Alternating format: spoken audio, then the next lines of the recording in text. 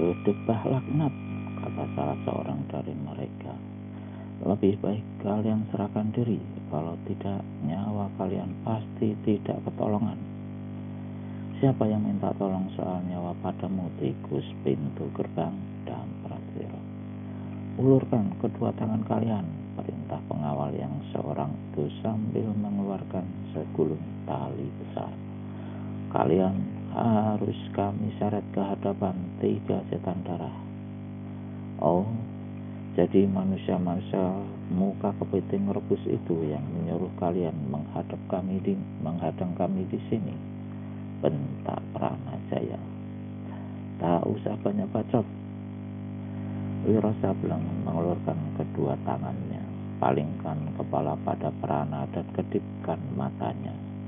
Lalu pada pengawal itu dia berkata, "Kalau betul 3 setan darah yang memerintahkan kalian untuk menangkap kami tak bisa berbuat apa-apa selain serahkan diri."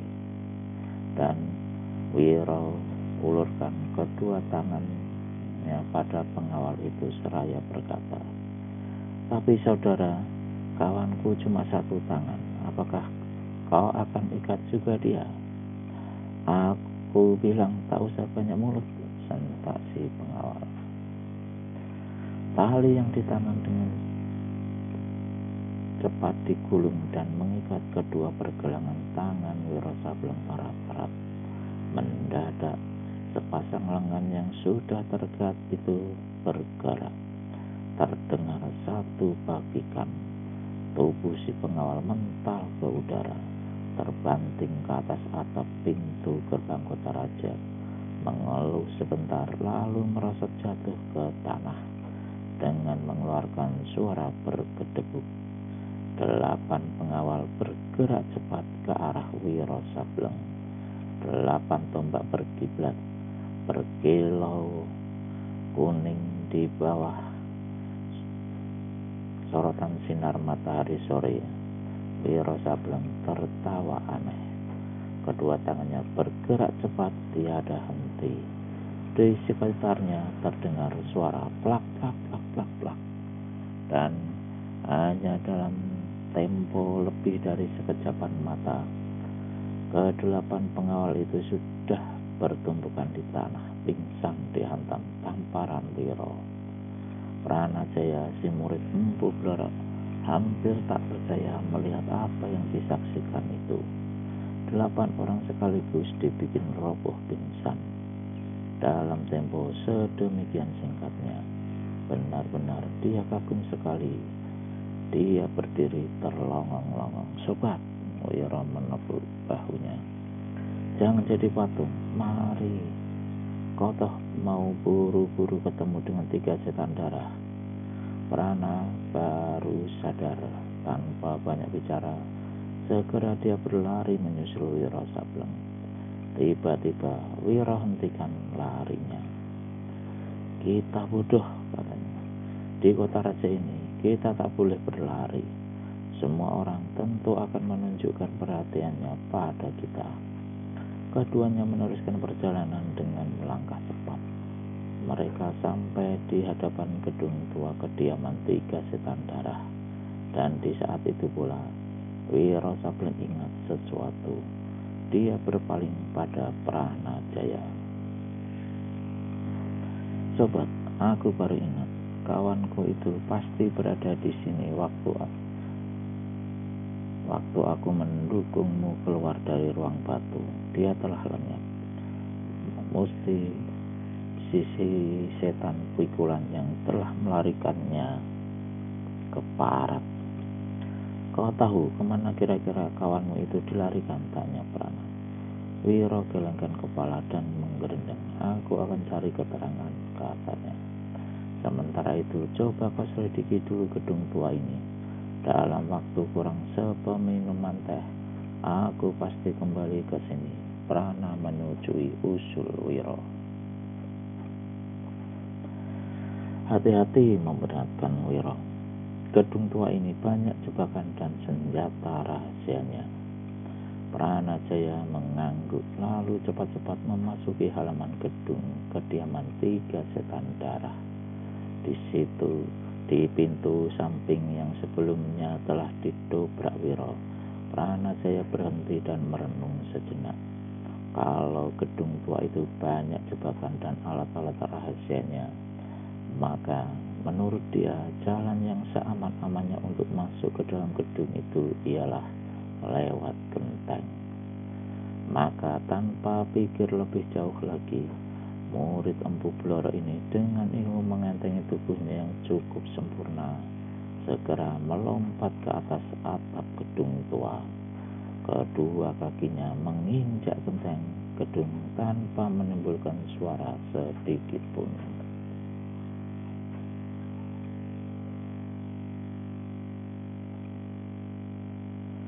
Setan darah Durjana, rupanya kau bukan cuma tukang jagal manusia, tapi juga laknat terkutuk tukang rusak kehormatan perempuan. Habis berteriak begitu, Pranajaya menyerbu turun ke dalam. Genteng pecah bertaburan, beberapa papan patah seperti yang telah dituturkan setan darah pertama. Dengan memboyong, murid Empu Tumapel meninggalkan tempat kediaman setan pikulan.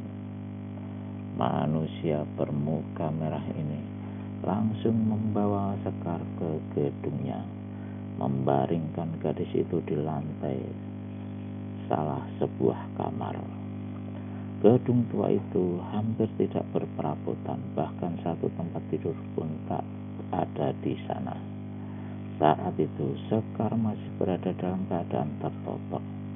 Tak satu pun yang dapat dibuat Sekar sewaktu dengan nafas kembang kempis dan nafsu menggelegak. Setan darah pertama sambil menyeringai buruk membuka pakaian gadis itu satu demi satu. Gadis itu terlentang di lantai kamar tanpa selai pakaian pun menutupi tubuhnya yang mulus. Senjata pemberian Empu Tumapel, rantai petaka bumi yang ditemui setan darah pertama, melilit di pinggang Sekar. Diletakkan setan darah pertama di sudut kamar. Setan darah pertama membasahi bibirnya dengan ujung lidah. Sepasang matanya laksana dikobari api, memandang tak berkedip pada tubuh Sekar yang menggeletak di lantai. Tubuh bagus. Hehehehehehehehehehehe. Setan darah pertama menyeringai. Kemudian tanpa menunggu lebih lama, manusia bermuka merah ini membuka jubahnya. Jubah itu dilemparkan ke sudut kamar. Sepasang tombak bermata dua dan pedang milik Pranajaya diletakkannya dekat kepala Sekar. Manusia ini baru saja berbaring dan menggeluti tubuh Sekar dengan kaki dan tangannya laksana halilintar. Di siang hari bolong, dia mendengar suara bentakan menggelegak dan bobolnya genteng di atas kamar itu. Setan darah Durjana, rupanya kau bukan cuma tukang jagal manusia, tapi juga laknat terkutuk tukang rusak kehormatan perempuan. Seperti seekor singa, setan darah pertama melompat dan menyambar pedang Eka Sakti di atas lantai. Berdiri bulu kuduk Pranajaya menyaksikan manusia yang berdiri tanpa pakaian di hadapannya itu. Berdiri bulu kuduk bukan karena ngeri, tapi karena merasa sangat geramnya. Di lain pihak, setan darah pertama tidak pula kurang geramnya. Ternyata manusia yang menerobos masuk lewat genteng bukan lain adalah Pranajaya, pemuda tangan buntung yang memang tengah dicari-carinya. Budak berdebah dicari-cari tidak ketemu, sekarang datang sendiri antarkan nyawa. Iblis bejat, balas membentak Pranajaya.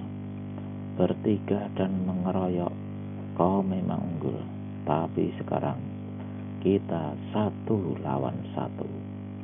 Setan darah pertama tertawa buruk. Diacungkannya pedang Eka Sakti yang di tangan kanannya. Kau lihat pedang ini? Senjata milikmu ini sendiri yang akan menebas kau punya batang leher. Seketika setan darah pertama menerjang ke depan. Tangannya bergerak. Pedang menderu ke arah Pranajaya. Cepat-cepat si pemuda bertangan buntung melompat ke samping dan lepaskan pukulan angin sewu. Setan darah pertama yang tahu kehebatan ilmu pukulan tangan kosong ini buru-buru menyingkir dan menyambar jubah merahnya di sudut kamar. Kesempatan ini dipergunakan oleh Pranajaya untuk mengirimkan pukulan Jotos Sewu, satu ilmu pukulan yang diwarisinya dari Empu Blorok yang tak kalah hebatnya dengan ilmu pukulan angin sewu tadi. Angin keras pukulan Pranajaya membuat jubah setan darah pertama mental, sehingga pemiliknya tak berhasil mengambilnya. Dengan memaki, terpaksa setan darah pertama melompat lagi ke samping. Sewaktu Pranajaya mengintip ke atas genteng dan menginjakkan kaki di lantai kamar itu, sekaligus dia mengetahui bahwa gadis yang menggeletak di lantai kamar berada dalam keadaan tertotok. Karenanya, ketika setan darah pertama melompat ke samping, pemuda ini cepat pergunakan tangan kirinya untuk melepaskan totokan di tubuh Sekar. Begitu tubuhnya lepas dari totokan, begitu Sekar berteriak, "Saudara, awas!" Pranajaya mendengar suara sambaran angin di belakangnya. Secepat kilat, jatuhkan diri ke depan. Pedang Eka Sakti membabat setengah jengkal di atas bahu kanannya. Prana terus menggulingkan diri, dan dalam gerakan yang sudah diperhitungkan pemuda ini dalam berguling berhasil menyambar sepasang tombak bermata 2 milik setan darah pertama. Di lain pihak, Sekar dengan sangat cepat segera mengenakan pakaiannya yang tadi sudah diperadali setan darah pertama. Dia merasa heran melihat pemuda bertangan buntung itu masih hidup, malah dalam keadaan segar bugar. Apakah Wiro telah berhasil menolong pemuda ini?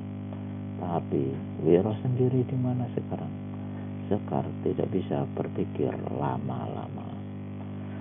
Begitu mengenakan pakaian, gadis ini segera mengambil rantai petaka bumi miliknya yang diletakkan setan darah pertama di sudut kamar. Sementara itu, si pemuda tangan buntung terdengar membentak, "Iblis muka merah!" Prana acungkan senjata sepasang tombak bermata 2, yang keduanya sekaligus digenggam di tangan kanan. "Kita sama-sama bersenjata sekarang.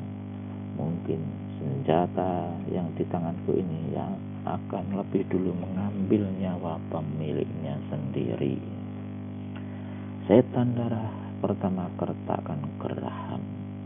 Tubuhnya berkelebat. Pedang di tangan manusia ini menabur sinar putih. Jurus yang dikeluarkan 3 setan darah hebatnya luar biasa. Karena dalam saat itu juga Pranajaya segera terbungkus serangan-serangan pedang Eka Sakti miliknya sendiri. Pranajaya membentak keras. Gerakan murid Empu Blorok ini tak kalah cepat. Tubuhnya lenyap laksana bayang-bayang, dan 2 tombak bermata di tangannya menderu-deru.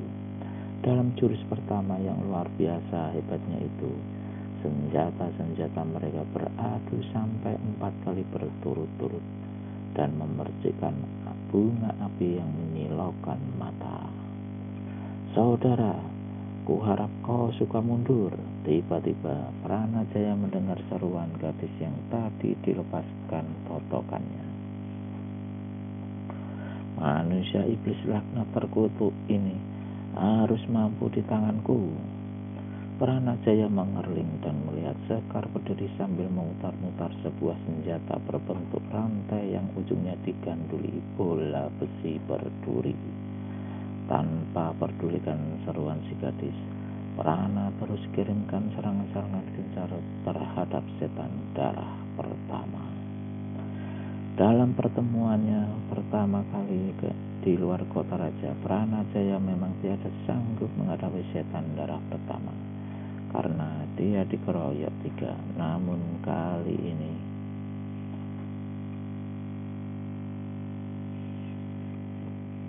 dia bertempur melawan 1 lawan 1, dan keluar biasaannya ini lagi adalah karena mereka bertempur dengan memegang senjata milik lawan masing-masing. Saudara, mundurlah, seru Sekar tidak sabar sewaktu pertempuran gencar itu memasuki jurus ketiga.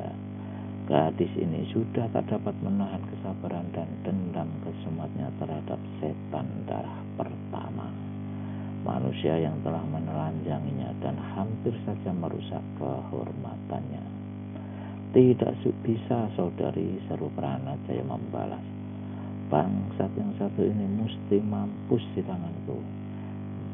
Nyawanya milikku, teriak Sekar, dan dia melompat ke depan sambil menyabetkan rantai petaka bumi. Senjata itu menderu laksana angin topan, membuat kedua orang yang bertempur terpaksa sama melompat mundur. Pranajaya penasaran sekali. Dia berpaling. Saudari, kuharap kau jangan mencampuri urusan ini. Kau telah selamat, sebaiknya lekas-lekas berlalu, tinggalkan tempat ini. Berlalu, sahut Sekar ketus. Sebelum kupecahkan kepala bangsat permuka iblis ini, aku tak akan tinggalkan tempat ini. Aku tahu kejahatan yang telah dilakukan yang membuat kau begitu inginkan jiwanya, kata Pranajaya. Tapi itu tak seberapa. Tak seberapa katamu, sentak Sekar dengan mata melotot. Manusia macam apa kau ini? Perbuatan mesum terkutuk kau katakan hal yang tak seberapa. Sementara kedua orang itu berdebat, setan darah pertama memutar otak. Dia cuma seorang diri di situ menghadapi 2 lawan yang sama-sama inginkan jiwanya. Meski kedua lawan itu kini saling bertengkar, namun bukan tidak mustahil keduanya akan sama-sama mengempurnya berserabut cepat, mencabut jiwanya. Dalam pertempuran beberapa jurus tadi, setan darah pertama telah pula dapat mengukur kehebatan Pranajaya. 1 lawan 1 memang sukar juga baginya untuk menghadapi pemuda tangan buntung itu. Satu-satunya jalan yang paling baik bagi setan darah pertama saat itu ialah kabur dari situ dan kembali lagi bersama 2 orang konco-konconya. Tanpa pikir panjang, manusia bermuka merah ini segera menyambar jubahnya dan melompat ke atas genteng. Tapi kejut setan darah pertama bukan olah-olah. Tiba-tiba dari atas genteng, dari mana Pranajaya menerobos tadi, bersiur angin laksana badai melanda ke arahnya, membuat tubuhnya terhempas hampir jatuh duduk di lantai kamar jika dia tidak cepat melompat ke samping dan jungkir balik 2 kali berturut-turut. Sebelum dia mendongak ke atas, sepasang telinga setan darah pertama mendengar suara tertawa gelak-gelak. Sesosok tubuh muncul di atas atap dan duduk di palang kayu.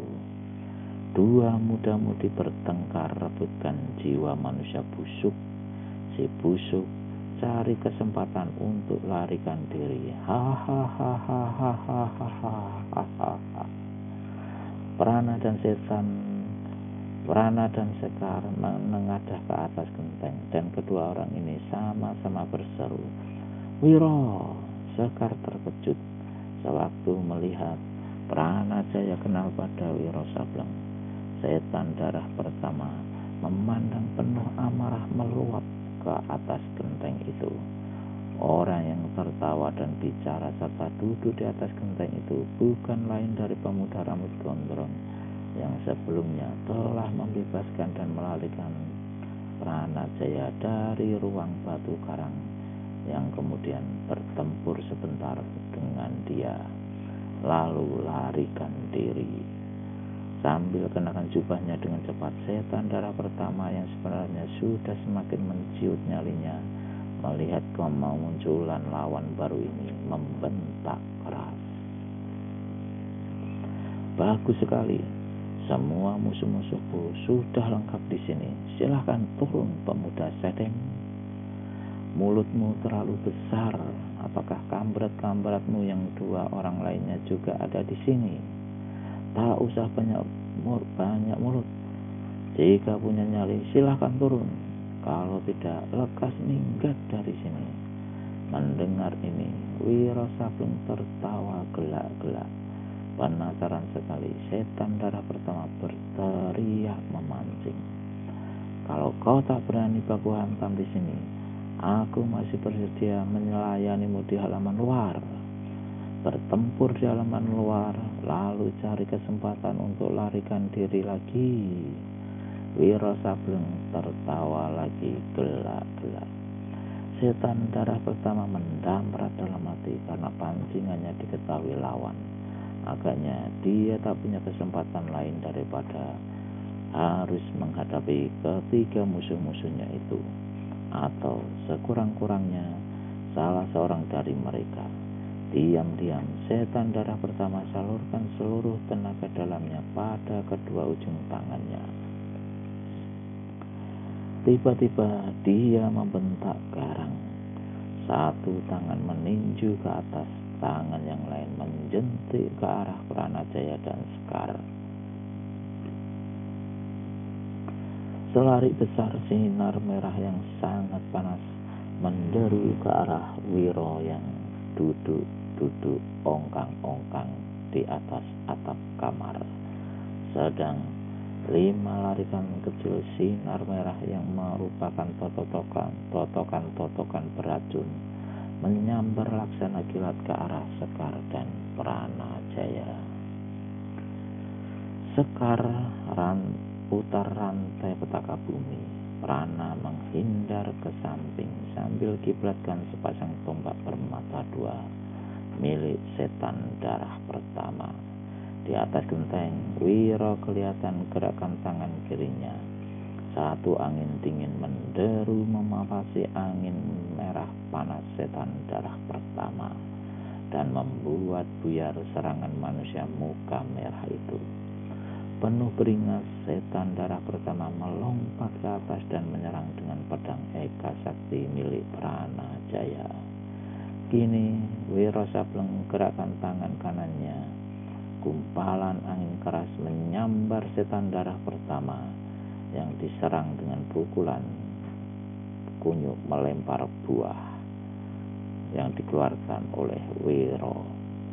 Meski cuma mempergunakan setengah bagian dari tenaga dalamnya dalam melancarkan pukulan kunyuk melempar buah, namun tak urung setan darah pertama terkejut hebat dan cepat-cepat menyingkir ke samping dan kembali turun ke lantai.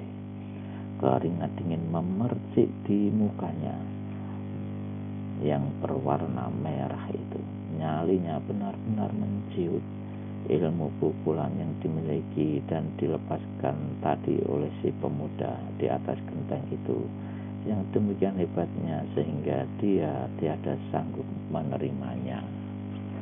Setan merah, setan muka merah, apakah kau betul-betul tidak tahu di mana 2 kamberatmu yang lain berada? Tanya Wiro Sableng dari atas. Di mana mereka? Itu bukan urusanmu, jawab setan darah pertama keras, sekedar untuk melenyapkan rasa bergidiknya. Wiro tertawa. Rupanya kau sendiri kurang begitu tahu. Biar aku tunjukkan di mana mereka berada, kata Wiro pula. Kedua tangannya kelihatan keluar dari lowongan genteng. Sesaat kemudian, saat tangan itu bergerak turun, maka dua sosok tubuh manusia berjubah merah laksana dua batang pisang melesat ke bawah, jatuh dengan keras di atas lantai kamar di hadapan setan darah pertama. Muka setan darah pertama berubah pucat, bulu kuduknya berdiri, kedua kamretnya itu menggeletak di lantai dengan kepala pecah, darah dan otak bermunceratan. Setelah meninggalkan Pranajaya, Wiro berhasil mencari keterangan di mana letak tempat kediaman setan pikulan. Karena lebih mengkhawatirkan keselamatan Sekar, maka Wiro memutuskan lebih baik saat itu dia langsung ke tempat si setan pikulan. Tapi apa yang ditemuinya di sana mengejutkannya. Setan pikulan menggeletak di sebuah kamar. Kedua tangannya buntung putus. Manusia ini tiada bergerak-gerak, tapi masih hidup megap-megap. Dalam berpikir-pikir apa yang telah terjadi dengan setan pikulan dan terus mencari di mana Sekar berada, akhirnya dia mendobrak sebuah kamar dan menemui setan darah kedua tengah merusak kehormatan dua orang perempuan muda. Setan alas, teriak Wiro. Hanya dalam 2 jurus saja setan darah kedua dibikin tak berdaya dimakan totokan Wiro. Mula-mula manusia ini tak mau menerangkan di mana kawannya yang lain berada. Tapi setelah dipaksa, akhirnya Wiro mengetahui juga dan mendapatkan setan darah ketiga di kamar sebelah, juga tengah merusak kehormatan 2 orang perempuan muda. Nasib setan darah ketiga tidak beda dengan kawannya yang terdahulu. 1 jurus bertempur, manusia ini segera ditotok oleh Wiro dan sekaligus keduanya dibawa oleh Wiro ke gedung tua tempat kediaman tiga setan darah. Kedatangannya di sana disambut oleh suasana yang tak terduga pula. Sekar dan Prana dilihatnya saling bertengkar, sedang setan darah pertama dalam keadaan telanjang bulat, siap-siap hendak melarikan diri. Untuk beberapa lamanya muka setan darah pertama masih memucat dan kedua lututnya goyah menyaksikan kematian 2 orang koleganya itu di mata hidungnya sendiri. Putus asa karena mengetahui tak ada jalan untuk lari serta kalap melihat kematian kawan-kawannya, maka 3 setan darah pertama kiblatkan pedang Eka Sakti dan mengamuk menerabas Sekar serta Pranajaya. Maka pertempuran seru terjadi lagi. Sekar, sebaiknya kau mundur saja, Wiro berseru dari atas genteng. Tidak bisa, Wiro, bangsat ini hampir saja merusak kehormatanku, jawab Sekar seraya putar senjatanya dengan sebab. Aku mengerti, tapi kau telah diselamatkan oleh Prana. Sedang Prana mempunyai dendam kesumat belasan tahun terhadap bangsat itu. Ayahnya dibunuh oleh setan darah pertama itu. Akhirnya Sekar mengalah juga dan keluar dari kalangan pertempuran. Keputusasaan, kekalapan, dan nyali yang telah melumer yang bersarang di diri setan darah pertama Laksana benteng terluka, manusia berjubah merah ini mengamuk hebat dan ganas sekali. Serangan-serangannya berbahaya dan penuh tipu-tipu licik. Namun itu semua tiada arti bagi Pranajaya yang menghadapi musuhnya itu dengan hati panas pula, tapi kepala dingin, penuh ketenangan. 9 jurus berlalu cepat. Wiro bersiul-siul seenaknya. Pertempuran hebat, seru pemuda dari Gunung Gede itu. Ayo Prana, lawanmu sudah mulai kewalahan. 1-2 jurus, pasti senjata milik iblis yang di tanganmu itu akan merenggut nyawanya. Apa yang dikatakan Wiro menjadi kenyataan. Dalam jurus ke-21, laksana seorang penari, Pranajaya meliuk mengelakkan sambaran pedang Eka Sakti yang dibabatkan setan darah ke pinggangnya. Pedang itu membalik lagi dengan ganasnya. Prana geser kedua kaki dan tusukkan sekaligus kedua tombak yang dalam genggamannya ke muka setan darah pertama.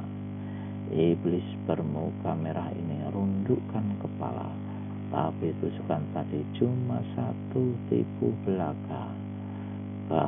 Karena begitu pedang lawan lewat dan tusukan tombaknya tersorong ke depan dengan serta-merta, Pranajaya gebukkan sepasang tombak itu ke kepala setan darah pertama.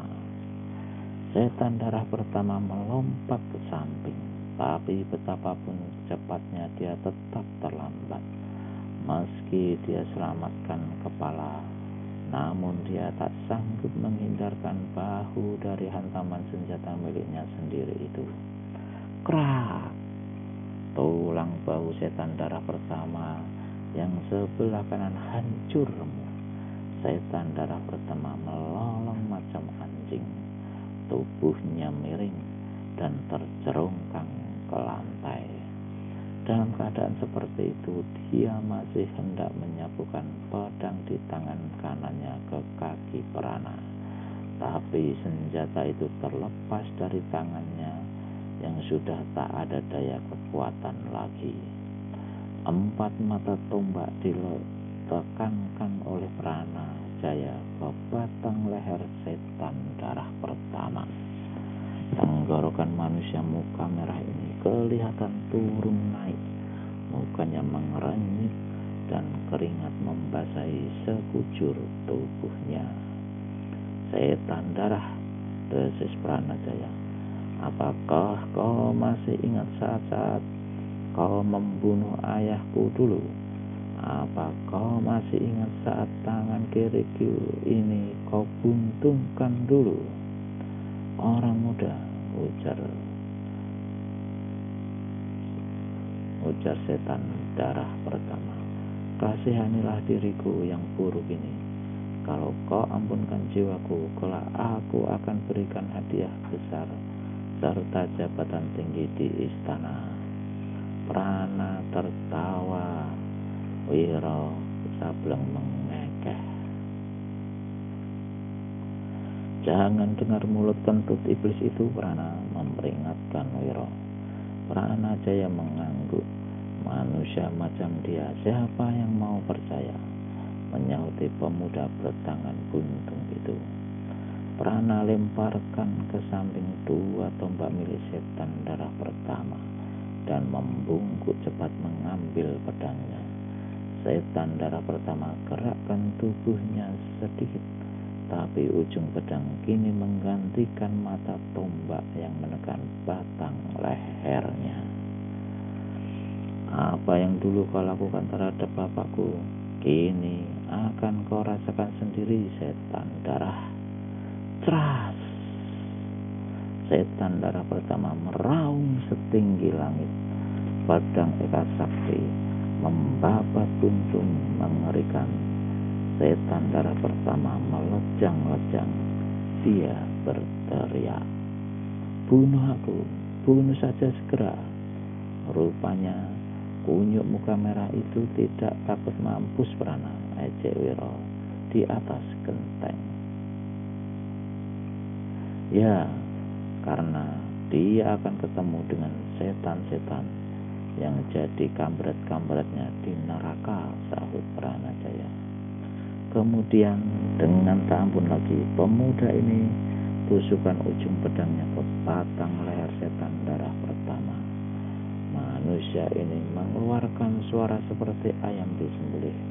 Tubuhnya masih melejang-lejang. Beberapa lama kemudian tak bergerak-gerak lagi, tanda nyawanya sudah lepas meninggalkan tubuh. Sobat-sobat, urusan kita di sini sudah selesai. Mari segera tinggalkan tempat sialan ini, seru Wiro Sableng. Sekar dan Prana saling berpandangan sebentar, kemudian si gadis melompat ke atas genteng disusul oleh Pranajaya. Namun baru saja ketiga orang itu sampai di halaman luar, terkejutlah mereka. Kira-kira 50 orang prajurit kerajaan telah mengurung tempat itu, dan 8 manusia aneh berdiri memencar, memandang dengan pandangan yang menggigitkan ke arah mereka. Salah seorang dari yang 8 ini berteriak, suaranya melengking macam perempuan. Tikus-tikus bermuka manusia, jangan harap kalian bisa berlalu hidup-hidup dari sini. Manusia yang berteriak itu adalah seorang laki-laki berkepala sangat besar dan botak, tapi berbadan kecil dan pendek. Namanya Konggo Seta. Pandangannya bengis dan membayangkan maut. Pranajaya, Sekar, dan Wiro Sableng memandang berkeliling memperhatikan manusia-manusia itu satu demi satu. Celaka, sobat, bisiknya Pranajaya, mereka pastilah tokoh-tokoh silat kelas 1, orang-orangnya istana. Kita memang lagi sial, kerendeng Wiro. Sepasang matanya dengan tenang menyapu 8 sosok tubuh manusia-manusia aneh yang terpencar mengurung mereka. Orang kedua sesudah Konggo Seta ialah seorang kakek-kakek yang mengenakan cawat dan keseluruhan tubuh dan tubuhnya mulai dari kaki sampai ke muka dicoreng-moreng dengan sejenis cat berbagai warna. Tampangnya mengerikan untuk dipandang.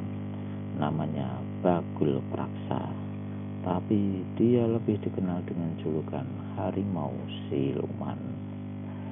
Manusia ketiga bernama Sangaji, bertubuh tinggi, langsing, kurus, dan berjanggut biru.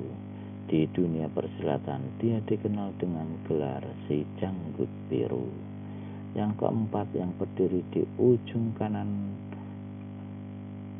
sendirian agak terpisah dari lain-lainnya ialah seorang nenek-nenek tua keriput bertelinga lebar. Telinganya yang lebar ini membuyut ke bawah dan kelihatan jadi tambah lebar karena diganduli oleh anting-anting aneh yang besar luar biasa dan bentuknya arit. Dia bukan lain tokoh silat istana yang dikenal dengan nama julukan si telinga arit. Wiro sapukan pandangannya pada tokoh silat lain yang berada di sebelah kiri. Berdiri memencar 4 orang lainnya. Yang pertama seorang laki-laki berjubah hitam, tapi mukanya dicat putih sehingga tampangnya cukup menggelikan untuk dipandang. Jika tidak salah menduga, menurut keterangan yang pernah didengar Wiro, maka manusia ini adalah hantu hitam muka putih, tokoh silat golongan hitam yang berhati sejahat iblis. Orang yang selanjutnya berdiri dengan tubuh terbungkuk-bungkuk. 10 kuku-kuku jarinya panjang sekali dan berwarna hitam legam. Dialah si Cakar Iblis, tokoh silat yang merajai daerah selatan Jawa Timur.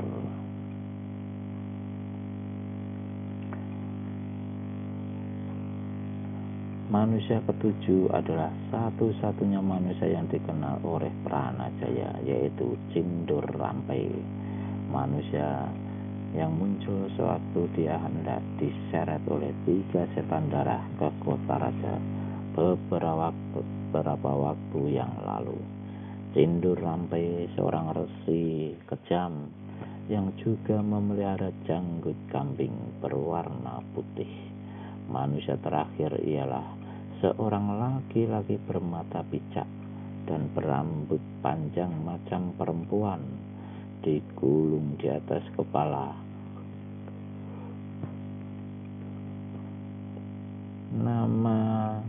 Namanya tidak satu orang pun yang tahu. Dia dikenal dengan julukan si picak dari utara. Jelaslah bahwa kedelapan orang itu bukan manusia-manusia sembarangan. Ini segera diketahui oleh Wiro dan kawan-kawan. Bagi mereka, yang 8 orang ini lebih berbahaya dari 50 prajurit-prajurit kerajaan yang mengurung halaman gedung itu. Si kepala besar badan kecil pendek Gonggoseta maju selangkah ke hadapan ketiga orang itu dan membuka mulut lagi. Kalian semua mesti mampus di sini. Kalian dengar, tikus-tikus bermuka manusia. Wiro Sableng memandang sebentar pada Sekar dan Pranajaya, lalu kembali ia palingkan muka menghadapi Gonggoseta. Dan di saat itu Gonggoseta membentak, "Kalian hanya diberi kesempatan untuk menerangkan nama masing-masing agar tidak mampus secara penasaran."